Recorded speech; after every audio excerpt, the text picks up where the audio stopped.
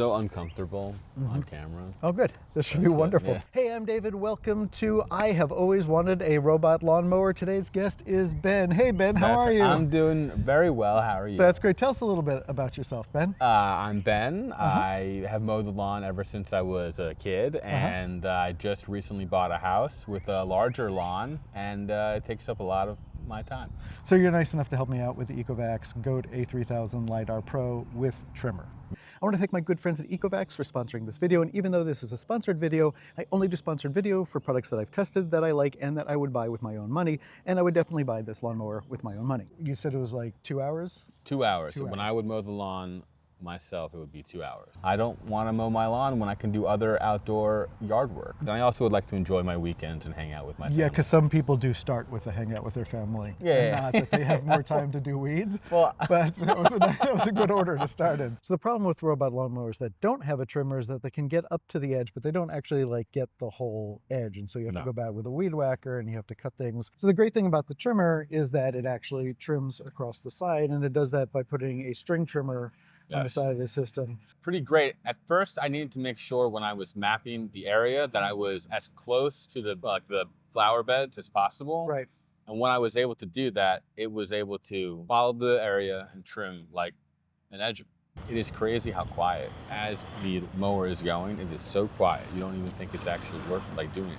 So setup on the Ecovacs lawnmowers, I know, is easy. The only thing that you really had to attach was the trimmer side attachment, and putting the charging station in the ground was simple. You map manually, but it also will auto map. I did read that. Okay. I just didn't do it. Cuts about a 13-inch swath. You cut a swath of yard? Swath. Yeah. So it does a 13-inch swath at a time. Yeah. And some of the older lawnmowers will do the same way that the vacuum cleaners do, where they'll go this way and then they'll turn this way, which leaves the yard looking just like a jigsaw puzzle. But this does like one path, and it turns around and it comes as the other path. And in the app you can change it, so you can have like 1 week will go this way, and then next week it goes like that away. You can mow higher if you want like a bushier, more lush yard. Yes. And then you can lower it if you really want to manicure it. And you can do different mowing in different zones, which is cool because the app that you use is also like very intuitive. There are certain places I don't want the mower to go, and it was very easy to just make perimeters and places and barriers for it to not go anywhere. Right. So LiDAR in a robot lawnmower is like the gold standard of how they navigate. Let's have a really quick conversation about the way lawnmowers work. In the first system, you actually had to bury a line in your yard, sort of like that invisible fence system that you use with dogs, so that the lawnmower knew where the edges were. If you have a big lawn, that could take days to do and require you just to dig a trench. It's just easier to mow your lawn by yourself at that point. The next set of systems use the GPS satellites, but just by themselves, GPS is not accurate enough. So what they would do is something called RTK. This is an RTK receiver. So you stick this RTK receiver into your yard, and then this thing up here is a much more accurate GPS positioning system. There's absolutely nothing wrong with an RTK system. It's just something else you have to set up. You have to run a cable from the RTK system to somewhere else, and they're a bit of an eyesore. The way that LiDAR works, and you can probably figure this out from the name, is that they are a laser radar system. And so instead of using radar waves in order to figure out where something is, it uses invisible laser. It's what allows this GOAT a3000 Pro with LiDAR to be able to get right up to the edges and trim the edges. So the main LiDAR is on the top, and it is always spinning around to map everything in your yard. On the front of the unit is a secondary LiDAR camera. That's the one in charge of the main object recognition, and this thing can recognize 200 different objects in your yard. We'll talk about that in a second. It's also what allows this GOAT a3000 Pro with the string trimmer to trim those edges, because what it does is it gets really close to the edges thanks to the top and the front LiDAR, but then it also uses those LiDAR cameras to figure out what areas need to be trimmed. And so if you have an area that has been trimmed recently, it will just skip that part of trimming. So I looked up the square footage of my lawn. It's over 4,000 feet. And so I have 3 areas that I focus on. 4,000 square feet. What? 4,000 square feet.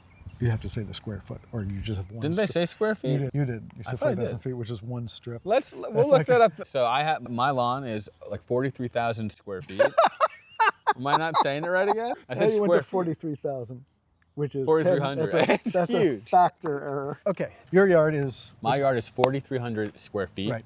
So I have in 3 separate areas, and normally the lawnmower will mow 2 of the 3 areas, and then it will need to charge.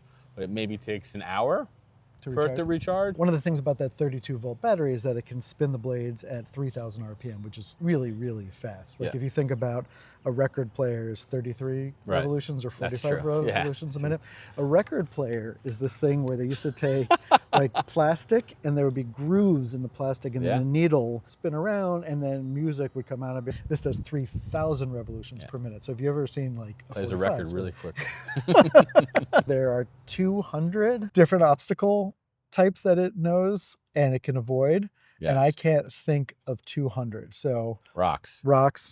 new flowers like we talked about, Yeah. like a flower popping up, Stuffed animals. squirrels, like sleeping or dead bunny squirrels, maybe rabbits. a dead squirrel. Dead You could squirrel. probably say, let's go around that. Your child unconscious on the Sleeping. Yep. That's what I meant. Abandoned in the yard. Abandoned in the yard. Leave a comment below if you can think of more than those 6 or 7 objects that would actually be in your yard. Wrong answers only. Maybe rethink your yard if you have over 200 different objects in your yard. You know, maybe think about that first. Like a mattress shouldn't be in your front yard. So the mower can also do up to a 50% grade, which is 27 degrees. And 27 degrees, let's see, that's 90, 45, 27. So it's like that. This is the video from it right now, leaving the station. And this is the other cool thing about the app. While we're just sitting here, I'm going to hit continue and it will start mowing. So of course the question is this the right robot lawnmower for you? And let me answer that question by talking again about all the things that it does, who I think this is for, and who I think that this is not for. I cannot even tell you how annoying it was back in the era where to use a robot lawnmower, you had to dig a wire into your yard.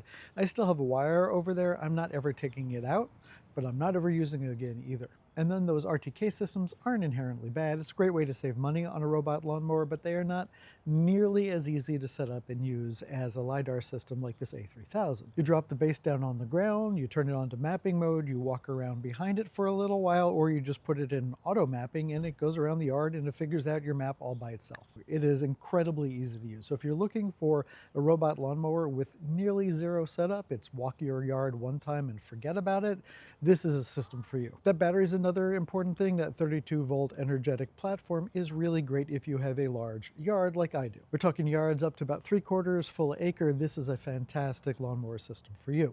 If you have a smaller yard, I recommend you take a look at the Ecovacs GOAT, which I reviewed up here, because that is pretty much all the same features, but it uses an 18-volt battery, so it doesn't do quite as large of a yard, but it saves you a lot of money. The modern obstacle system provided by the LiDAR is really fantastic. If you have kids or animals or just tend to leave things out in your yard, this system will keep from mowing over those. Here it goes. Ooh.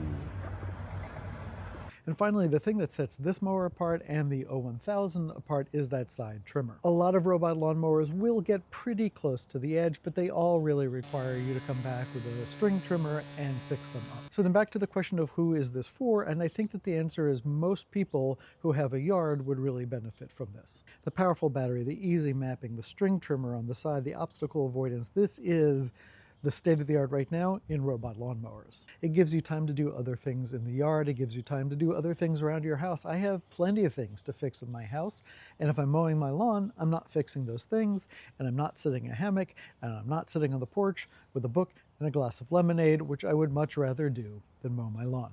That is our review of the Ecovacs a3000 LiDAR Pro with side trimmer. If you have any questions about this mower, the a1000 I just reviewed, or pretty much robots and robot lawnmowers in general, let me know in the comments below. And don't forget to let us know what 200 different obstacles you think could possibly be in a lawn. For Dave Tries This, I'm David. I'm Ben. And as always, thanks so much. Oh, we should do it at the same time. Thanks so much for giving this a try.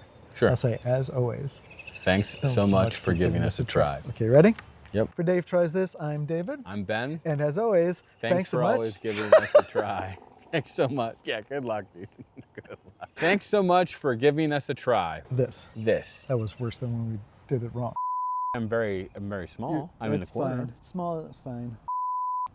Okay, say something. Hi there. I'm Ben. Okay, hold on. Look at that center tree. Oh, that sucks. Wait, it does? I don't know. Do you want us to be split? Between these, I don't know. You know, it's like it's symbolism for the divide. Yeah, but it feels like there's a divide between Yeah, us. it does. That's How am I still no taller than you? Move over here. There we go. Look at that. We are beautiful. there. It is. There we go. That's the shot. Okay. And this, my friends, is the right way to mow a lawn. Cheers.